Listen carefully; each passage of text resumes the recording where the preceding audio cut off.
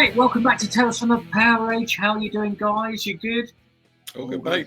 Oh, good. Okay, well, look, we're really excited to talk about this one because this was the huge heavy metal show and the tribute to Black Sabbath and Ozzy Osbourne at Villa Park on Saturday, the 5th of July. Back to the beginning. Absolutely amazing. Right, so if you've not seen the show before, please give us a sub. If you were there, give us a like, get involved in the comments, or as probably many people did, not just in the UK, but around the world, you watched it on the live stream, give us a comment, tell us what you thought of the gig, but also who were your favourites of the day and any comments around the day as well. So, look, we're going to cover off the day. A bunch of us watched it on the stream, and one of us was there. I want to reveal that shortly. I still haven't slept since. I'm so excited. But look, we'll talk through all of that, and we'll talk about some of the other stuff that's going on in Birmingham as well. So hopefully you really enjoy it. So let's have a talk about the day, shall we? So there's a whole bunch of stuff going on in Birmingham. So what's this then, Gav? Do you want to just briefly touch on this one? And I'll see if I can find it. Yeah, so this is, it looks like the council really got behind this, the Summer of Sabbath. And I just thought I'd put this in there for everybody if they want to kind of zoom in, and it's probably on the Birmingham Council website, I don't know, but it's got all the key locations for the history of Sabbath, and that's all quite close together. It's pretty cool. Yeah. So Dill picked this up, we put it on here, and he actually went to quite a few of them, didn't you, Dill? Yeah, I did. I went to most of them. I didn't go to. I'd spoken to a few guys at the gig who'd been to. You've probably seen the Black Sabbath bench on Black Sabbath Bridge, right? Which has got the iconic pictures. You can sit there and have your photo. And there were loads of stuff on Instagram with James Hetfield, Pantera. All the bands have been going there and having their photos beforehand. I sort of decided not to do that because I've been there in the winter with my daughter in February, and we've been sat there having pictures, and there was nobody around. So I did the Working Class Hero exhibition, which I think Sharon opened last week, which was brilliant.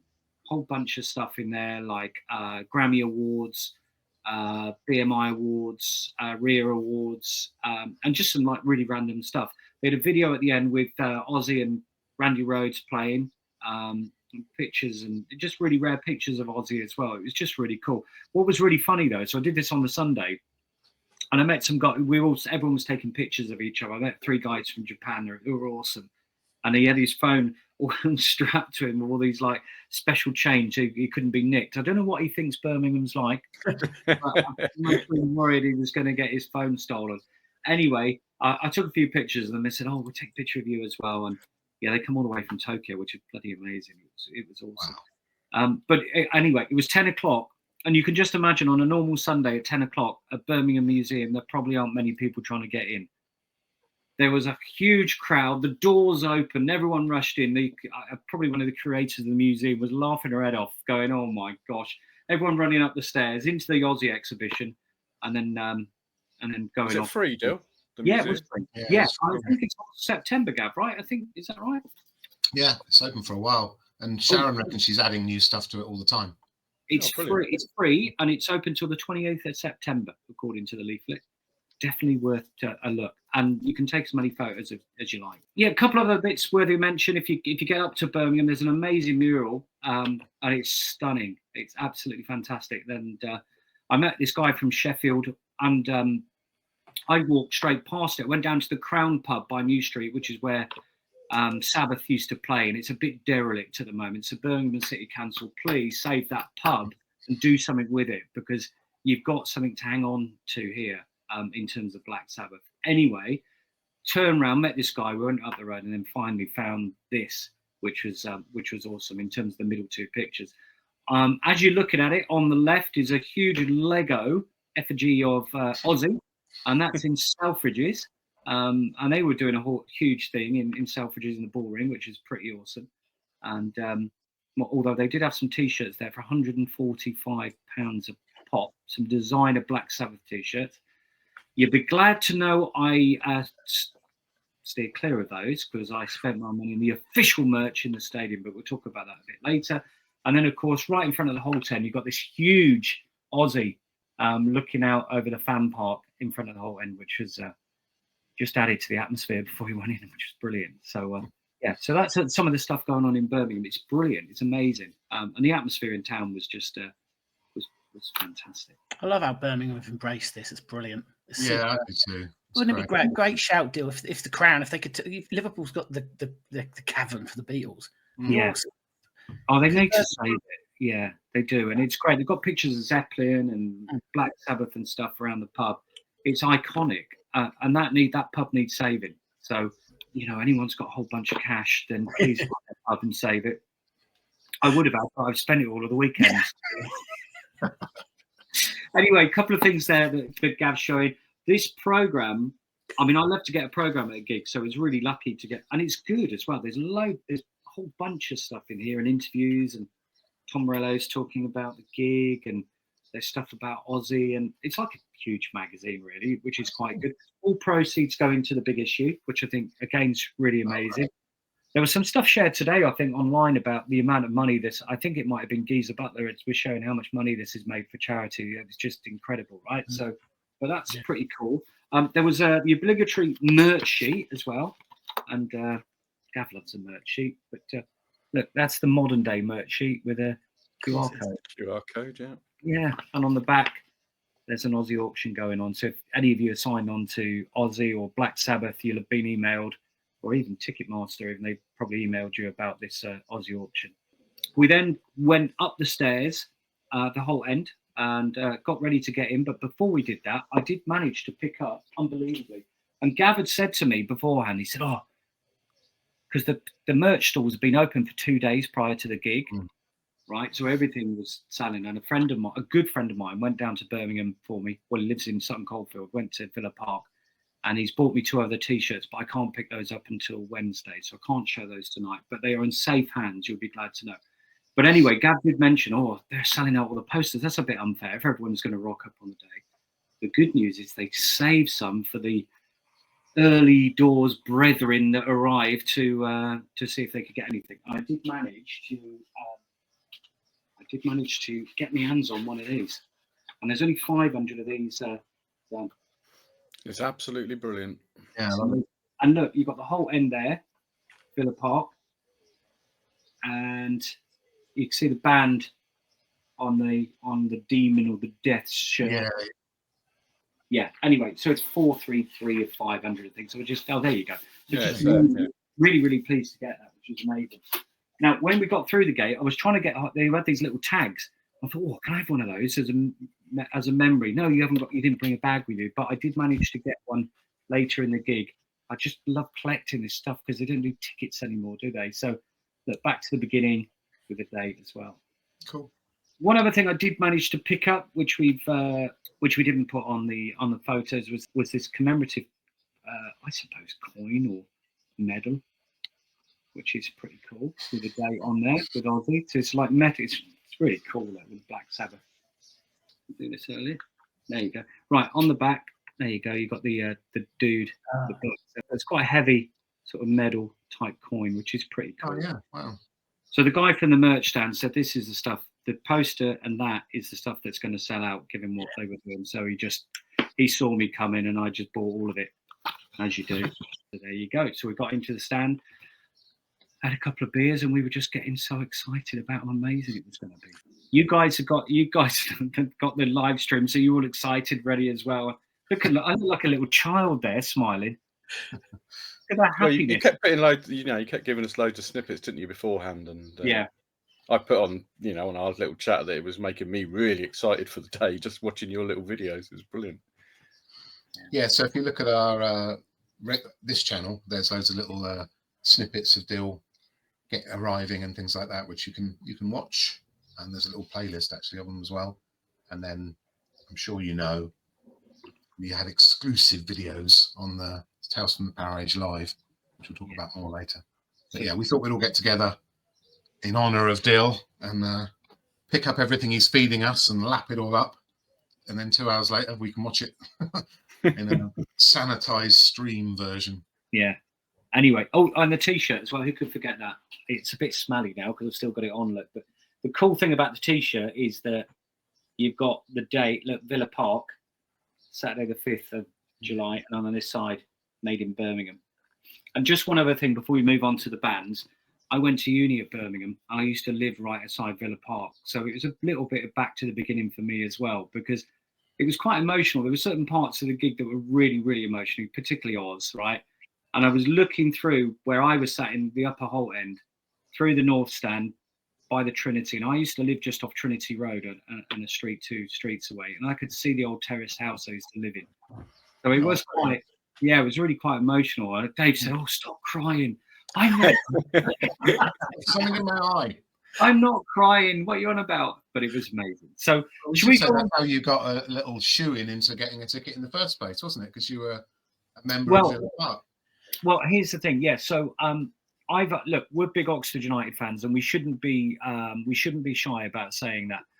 We have been for many years. Villa Park is probably the only ground that I've been in every single end, the away end, the Trinity, the Doug Ellis stand, and the Holt end.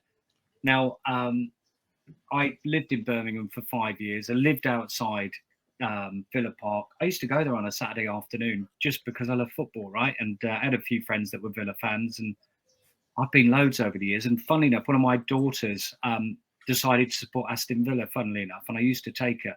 Now, when I used to take her, I got a membership. Didn't cost anything for the membership.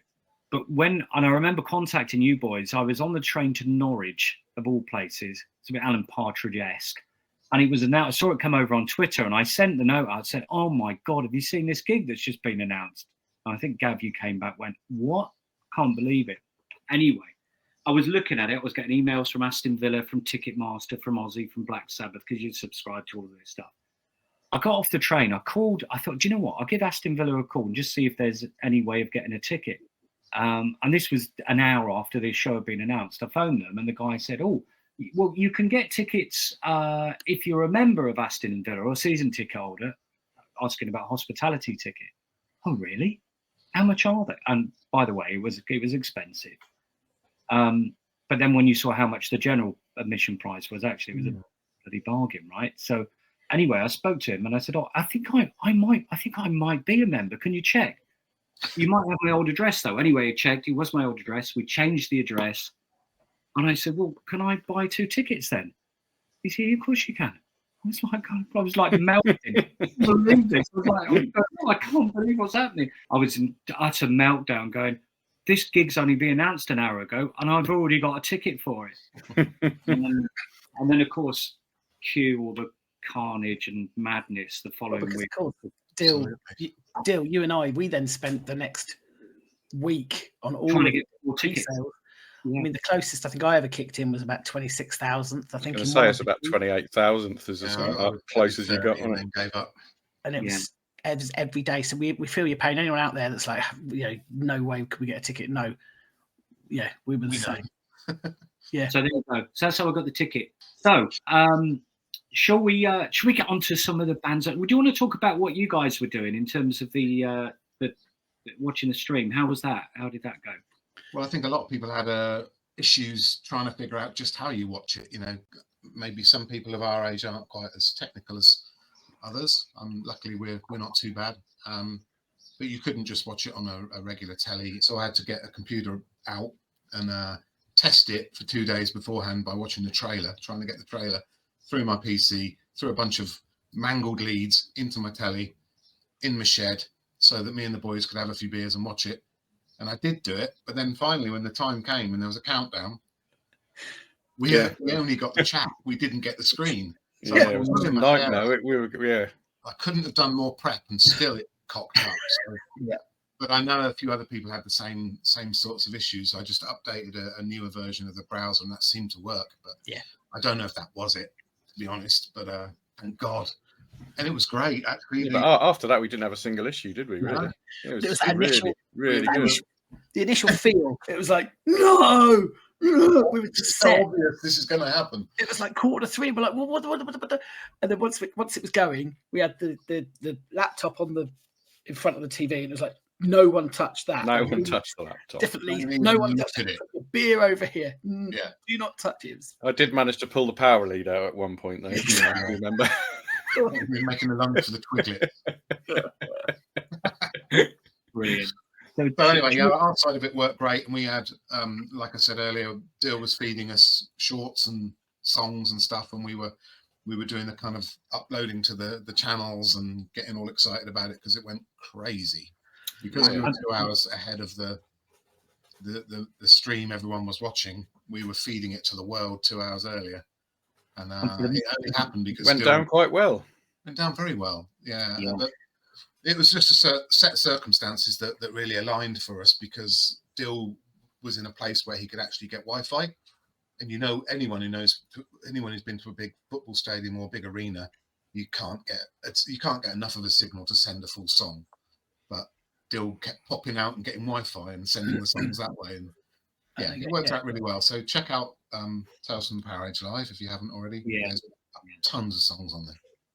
To that point, I'd like to say huge thank you to the steward or the guy that was part of the hospitality lounge, who gave me the staff Wi-Fi code, so we got signed on.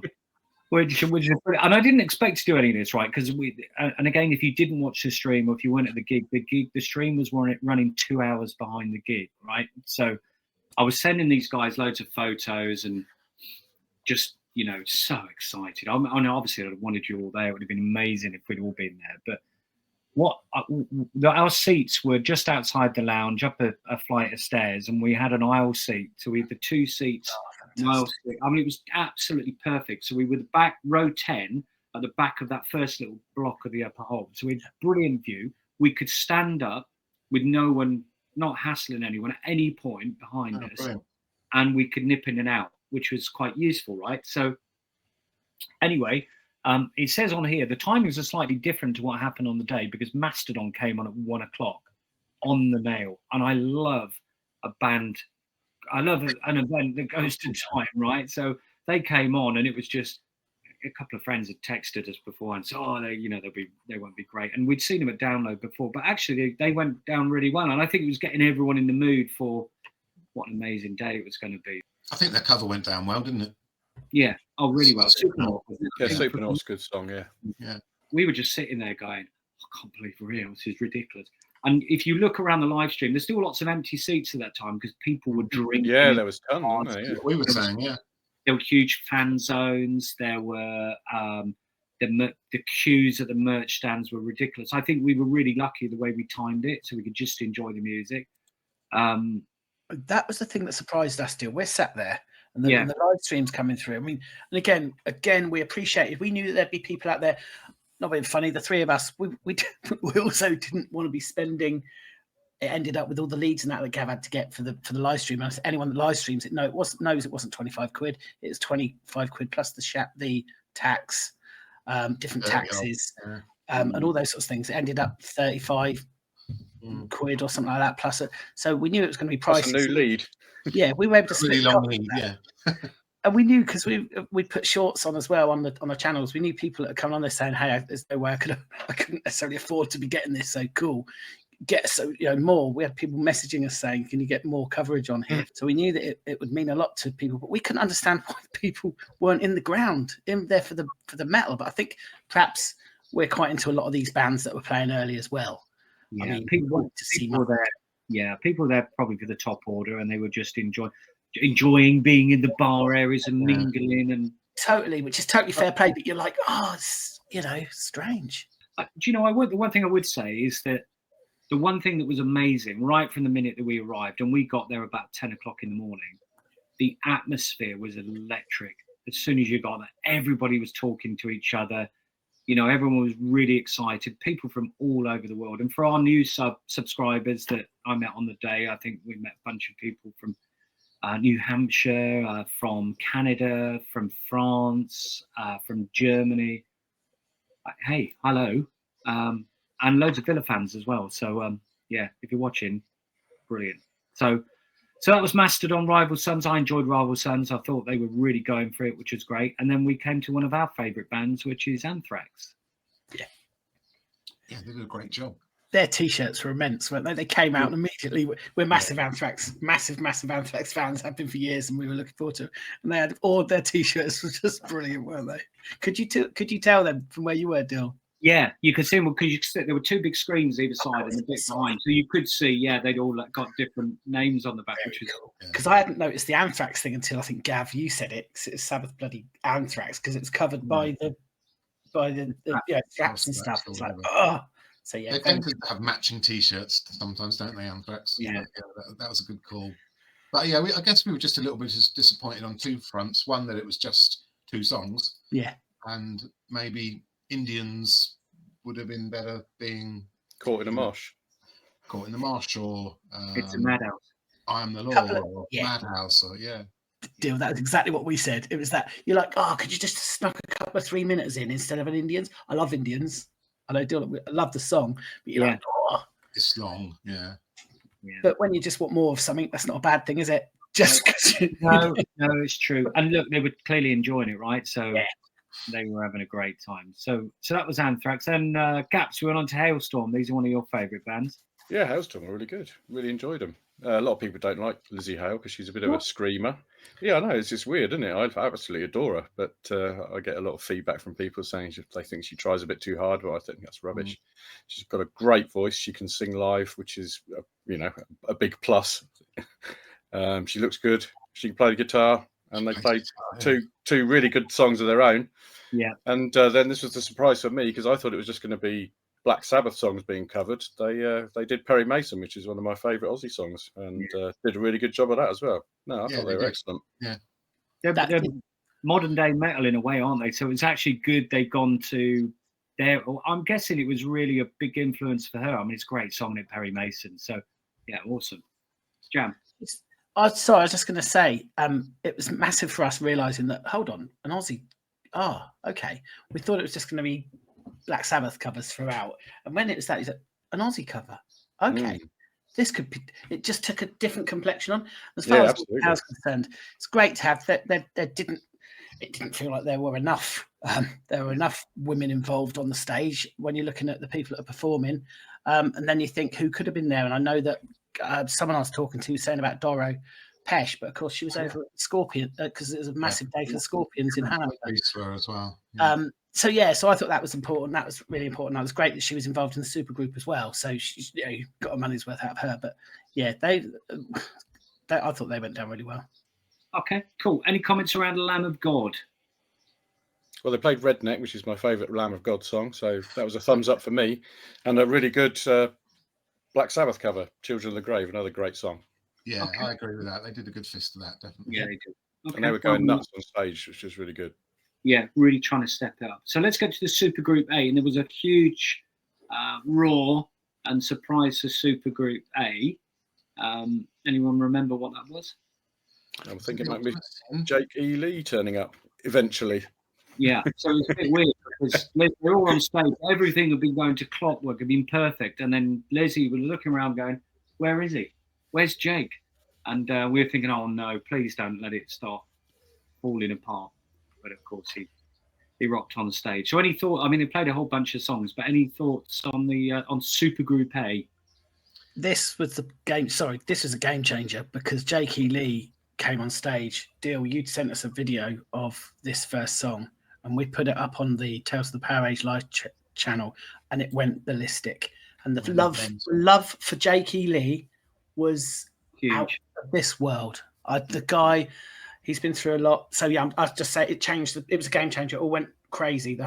Everything for us and for the love for him. And how did it feel in the stadium? Deal, it must have been. I was amazing. So as soon as Jake came out, I mean, this is the worry. We didn't think he was going to come out. As soon as he came out, everyone was roaring and they rocked into The Ultimate Sin, which is one of my, when you're growing up, that's such an important album to me. And Gab, we went to, I don't know if you came with us as well, Jam, to Ozzy and Hammersmith in '86.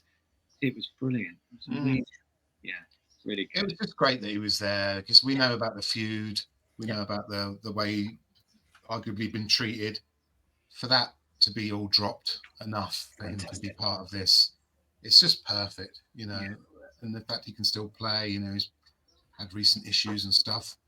And, it's totally our age group, isn't it? Those albums with him, even Gappy prefers him to Randy Rhoads, controversially. Correct. The fact we can see him again, alive and well, brilliant. there's a few people that do. There's a lot of comments as well on our live videos about the love for Jake, which is amazing. Whilst we're on the subject of guitarists, there was another guitarist that we have Mr. Nuno. This young man called Nuno Bettencourt, who arguably was man of the match for the day. He was, I mean, Tom Morello getting him on board to hold it all together was a masterstroke. Yeah, he did brilliantly. He was fantastic. Masterstroke. Because he played on all these first super groups, didn't he? Yeah, he did. I think apart from the Mr. Crowley with Jack Black. And that was just a video at the end, so they didn't have video, but he's one of those guys, you know, we've said this a few times in the history of our pods, that you can just rely on. You know, he's not going to put a foot wrong. He's just talent personified. And my God, he wasn't even playing his own stuff. No, he was brilliant. And we know I'm not a big Extreme fan, so as an innocent bystander, he blew me away. I thought he was just fantastic. I know he's a good guitarist, a great guitarist. I know he can do everything. Yeah. But the way that he played and with the feeling that he played, the way he turned his hand to so many different songs, it was brilliant. And as you said, he held it together, and he was in super group, across the afternoon. Definite man. The view in the stadium from the fans that we were talking to, that Nuno was the glue that held it all together through the day. He was popping up all over the show. He was incredible. And he also did some nice tributes to Diogo Jota as well, which I thought came on in a Liverpool shirt at one point, didn't he? Yeah, quite sweet, that, which was brilliant. Portuguese. Just one other mention on the Super Group A, the guy from Youngblood. I wasn't really expecting him to anything really. He was amazing. And that song was perfect for him. Changes. It was brilliant. Yeah, he did a good job. Did a really good job of that. I was very surprised to see him there, to be fair, but it was excellently done. Yeah, his profile's getting really high now. You know. And rightly so. I think he's a good lad. Apparently he's a fan favourite, isn't he? He's really cool with his fans. I was quite happy to see him, and I'm not a big fan of that song, but he did a great job. Yeah, no, he did. Really good. So the younger generation coming through, because you want something like that, and he's good. He's right. I think, from what I make out, he's one of the good guys. Yeah. Okay. Well, good job. Then we had Alice in Chains, who they went for it. They were good. They went down well in the stadium. Any other thoughts on Alice in Chains? I'm a big fan. I thought they were great. I love the singer. I mean, obviously we missed the original singer, but this guy does such a great job. They did rock it out without a doubt, and they did Fairies Wear Boots as well. So wow, what a tune that is! Then we had Gojira, and I must say, look, and I've got no beef with Gojira or anything like that, or any Gojira fans. The stadium did take a bit of a, after everything we'd seen, it did take a breath. I think people going out for drinks, so the atmosphere had sort of dropped a little bit. I think when they came on. And it was quite funny. They brought. I know a couple of you guys like the operatic singing in metal. It's not for me personally. I thought that was the best part of their set, to be honest. Well, the girl they brought out, we were thinking, is that Jane McDonald? And I'm really sorry, but it was quite funny when they brought her out. What's going on? Anyway, so not for me, but I don't know what you guys thought. Well, I thought they had too long as well. They seemed to be on. They did have to, I mean, I don't know many of the older Black Sabbath songs, but it was a song that I don't know that they did, Under the Sun. Do you know that one, Dale? Yeah. I didn't recognise it at all. Yeah. But with the drum off. So any thoughts on that, Gav, being our resident? The drum off was amazing. I thought it was fantastic, and I didn't expect either of them to be in the drum off. You know, that was a great surprise. Everyone's saying Dave Grohl or, you know, Tommy Aldridge or whatever. But no, we got couple of random ones, but it was really good the way they did it, because they interjected it with Symptom of the Universe and had little solo sections. And there was one point that was hilarious where Travis did something really incredible, and Chad just looked across the room. Chad's face, it was because he's such a good guy and everyone loved Chad. His face, the way the director called it, I thought was brilliant. Chad's literally just like, and he's looking just like, what the how could I follow that? And then he did, and he was awesome. But they're completely different styles, aren't they? Yeah. Well, all three drummers are completely different styles, aren't they? But Travis Barker definitely stole that drum off big time. He was amazing. Yeah, I do love him. He's one of surprised quite a lot of old metalers. He is good. He's a character as well, isn't he? Brilliant. He just looked absolutely barking. man, apparently. So that was the drum off. Then we had Super Group B, and then things really started hotting up. So kicked off with amazing KK. So any thoughts on Breaking the Law? That was such a great surprise. Well, Came pounding on like a bloody spring chicken. Yeah, what is it? Great. 83. Yeah, ridiculous. Flying the flag for Priest. Yeah, which I'm not sure what they felt about that, but they weren't there. So that's great. It was so good. Yeah, and we were so chuffed to see him looking so well and playing so well, and it was, and a Birmingham lad, so justifiably everything about it was great. Yeah, and then we had a bunch of different people coming on again. So one probably worthy of mention, Sammy Hagar came on, surprised he was going to be there. First lines of Flying High Again, and whether it was an issue with his mic or whether he forgot the lyrics, that was a bit odd. Yeah, he got a little bit of grief online for that. Yeah, right. He was full of beans as well, but it would have been good if he learnt the song properly. But again, when the one for us, sorry, Jam, the one for us has to be Bark at the Moon with Papa V on vocals. Really didn't expect to see him there. It was young Tobias. It was absolutely brilliant. He smashed it out of the park, I reckon. That went down a storm as well. On the channel. Yeah, Vernon Reid. Oh yeah, wow. Living Colour. Yeah. Wow. He nailed that riff, didn't he? Absolutely nailed it. He did. Close your eyes and thought that was Jake, right? Because it was brilliant. So then we had Nuno nailed the solo. Yeah. So those guys. So things were getting into a bit of a crescendo, and then Ronnie Wood came on for the Rolling Stones and Steve Tyler, and the place just went crazy. It was. I mean, you can say what you like about no Steve. one thought we were ever going to see him again. Well, do you know what? You can say what you like about Steve Tyler. We were sitting there, and a bunch of us were talking about it. He is a grade A rock star of the highest order, and he absolutely killed it. Yep. Didn't play a Black Sabbath song though. No. Wonder why. Yeah, bit of Led Zeppelin. Hey yo.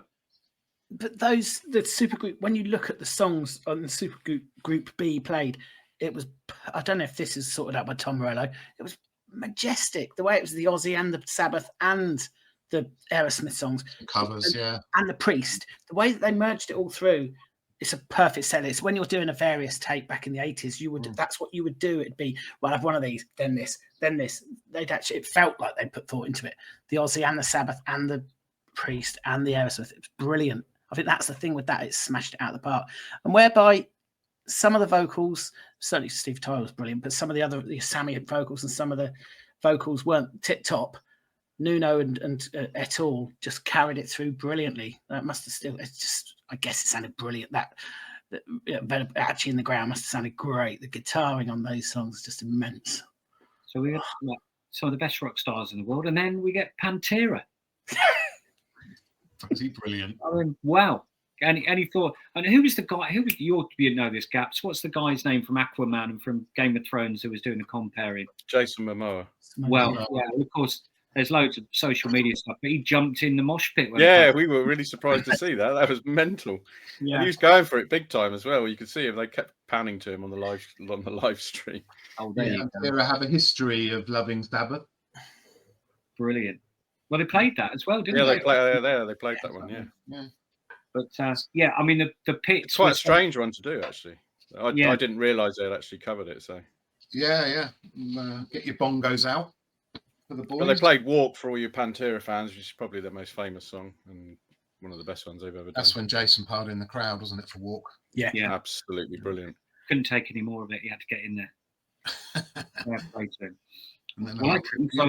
was in and out, uploading the video to you boys. I couldn't. Anyway, so that was Pantera. They went down really well. Then we had Tool. I think they're a bit too prog for this gig. I mean, they're really, really good, as we know. Yeah.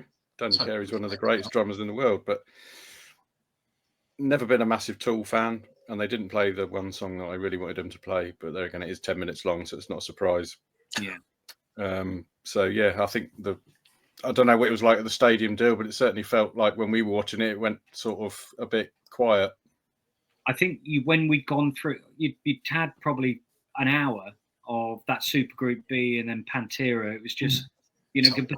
Yeah, it was a hard act for them to follow, really, wasn't it? To be fair, you've got to put it in context. How long this day? It was like 10 hours of music. It was absolutely ridiculous. So people needed to take a breath, go to the loo, upload. with barely any gaps as well. Not like you normally get a download, but there's half an hour between each band or whatever.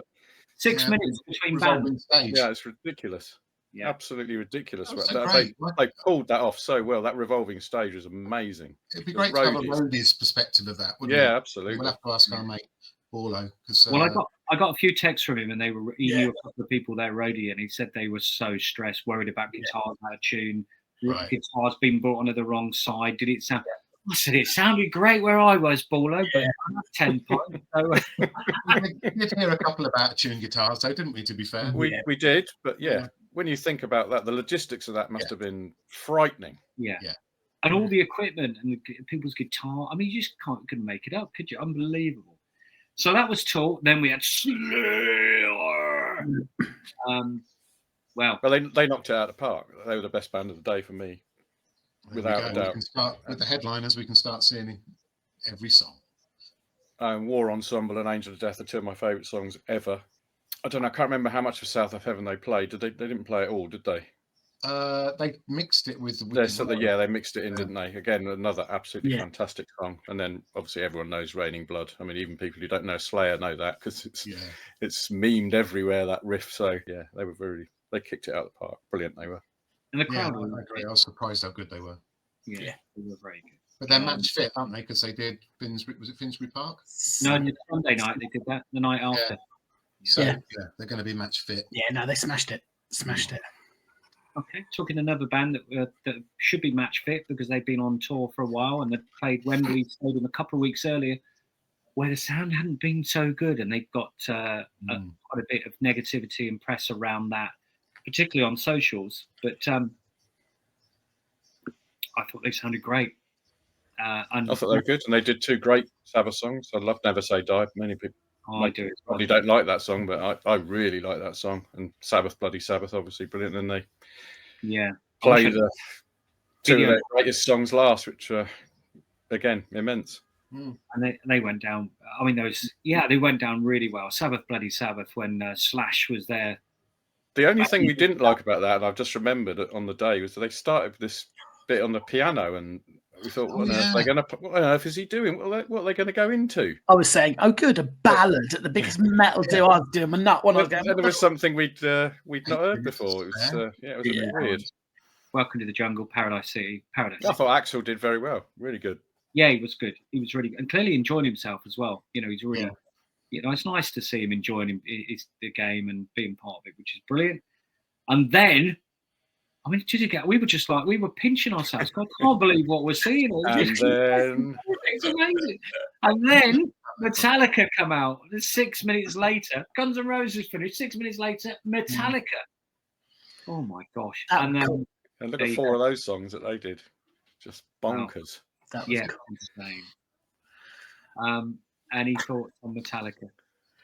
Well, by this time, in Tales from the Powerage HQ, Dav's shed office, it was all going pretty nuts because we're encouraging Dill, and he's sending us like just a video from each band. We were like a well-oiled machine with the emphasis on being well-oiled. We're quite refreshed by this point. We've got. We get Hole in the Sky. We'd got the Hole in the Sky over like a couple of hours before before it went live on streaming. Yeah. And that went absolutely mad, went stratospheric.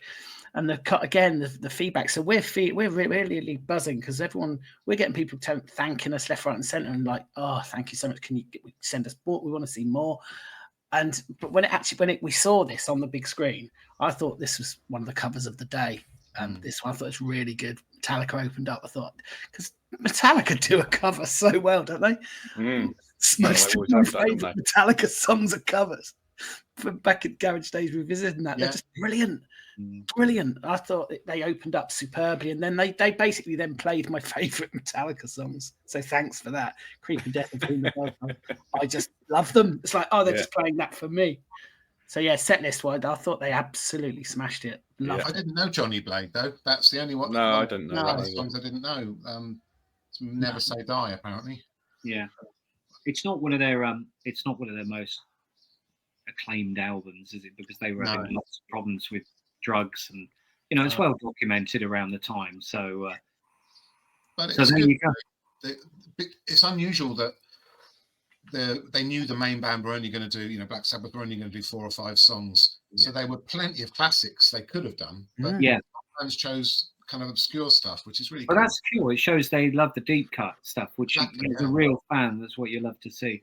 And from a Metallica perspective, if you asked, you could have probably maybe put Leper Messiah in this mix, but you could have said, put your 4 songs that you want Metallica to play. When they played Battery, I was incandescent with happiness. It was brilliant. And that finished. Then Master of Puppets, we've just it was brilliant. You could argue the bass at the beginning of Whom the Bell Tolls is very Geezer Butler, isn't it? There's definitely a through line of inspiration there. Definitely homage, for sure. I thought they were brilliant. For me, take Black Sabbath and Ozzy out of this, Metallica were the best band of the day. They absolutely smashed it. Me too. As soon as we're seeing them 3 times next year. Yeah. This is brilliant. So, was he gonna turn up? Was he gonna play? Would he be able to sing? Well, of course he would. He was going to miss this opportunity, and he came out of the stage like a returning hero. It's like Mark Antony riding back into Rome on his white horse. It was bloody brilliant. So. And the one thing I would say, which you probably didn't get on the TV, the love for Ozzy in the stadium, and everyone willing him before he even sang his first note, willing him, come on, Ozzy, you can do it. I think that did come across, actually. I think the crowd were doing everything he was doing, because all he could do was this, because he was sat down, the crowd were really good. Yeah. But he was, there were a lot of people crying around us. Yeah. Certainly during Mama, I'm Coming Home, they kept panning to the crowd, and there's so many people in tears. I thought that was brilliant. It was fantastic. It's not one of his most famous songs, but it really worked, didn't it? Because he's coming home, and it was really poignant. He was creaking as well, Gav. His voice was. I think of all the songs, they were great. That one, he was creaking a little bit, almost like he was struggling to sing because of the emotion of it. It was clearly really, he's had a tough few years, right? And it's he's doing what he wanted to finish his career on, which was lovely. As far as the set list, again, for me, that's the perfect set list. It's got everything. They're not my favourite songs, but that is beautifully put together. I think I called early to Gap. I was saying, Mama, I'm Coming. It's got to be Mama, I'm Coming Home. It's just going to be amazing. Emotion came across from Ozzy, because if there's one thing that Ozzy is, as many things people say is and have over the years, one thing is he's lovable. He's such a lovable guy. He's he's a genuine guy, which is, I think, why he's appealed to the whole world. Which is why he's a lovable rogue, isn't he? He's a lovable guy. He's an honest guy. He may be too honest. He's a really honest guy, and I think lots of us, you see yourself in him because he's such an honest, great guy, and he's so wanted to rock out for his fans. One thing Ozzy loves is his fans. And he couldn't, and it really got us. With us 3 in the shed, great tracks, but he was desperate to stand up. He really was. You could tell he was so desperate to stand up. But he was smashing it, especially the early songs. He was hitting the vocal, and we were a little bit. We thought, what's it going to be like vocal wise? And it was really good. And he did himself proud. I thought maybe slightly better on the stream than it was live, but we won't go into that.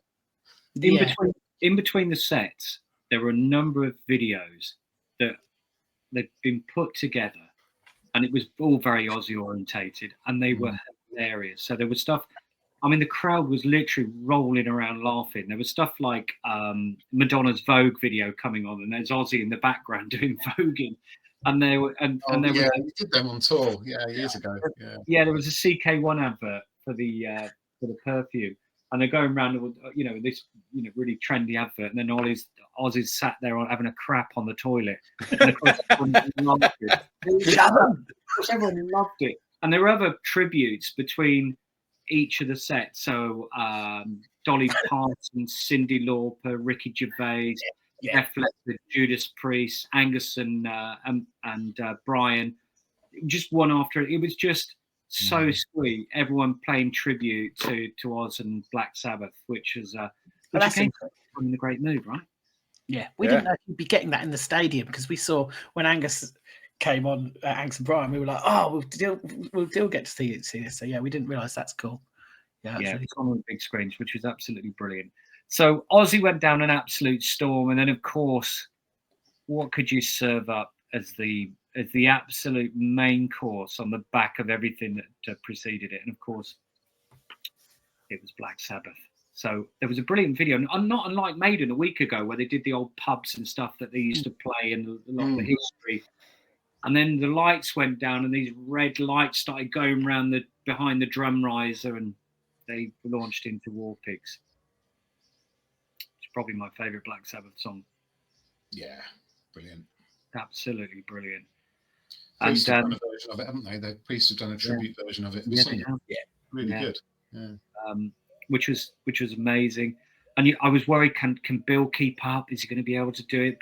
And there's a little drum fill quite early on in War Pigs, and again in the crowd, he got it, and the crowd just the roar for Bill was so sweet. It was brilliant. It was, oh, come on! You definitely can hear that on their live stream. Yeah, so cool. So, and then they went on to NIB, and it would be wrong not to mention Geezer and Tony are absolutely faultless. I mean, they're like spring chickens on that stage. They're amazing. Geezer especially. He's brilliant. He looks great with grey beard and grey hair, doesn't he? That looks brilliant. So he looks so cool. So yeah, good opportunity for Geezer to show off and show what a brilliant bass player he is. And then finishing off with Iron Man, and then Paranoid at the end, which of course they've always finished with a huge fireworks show at the end.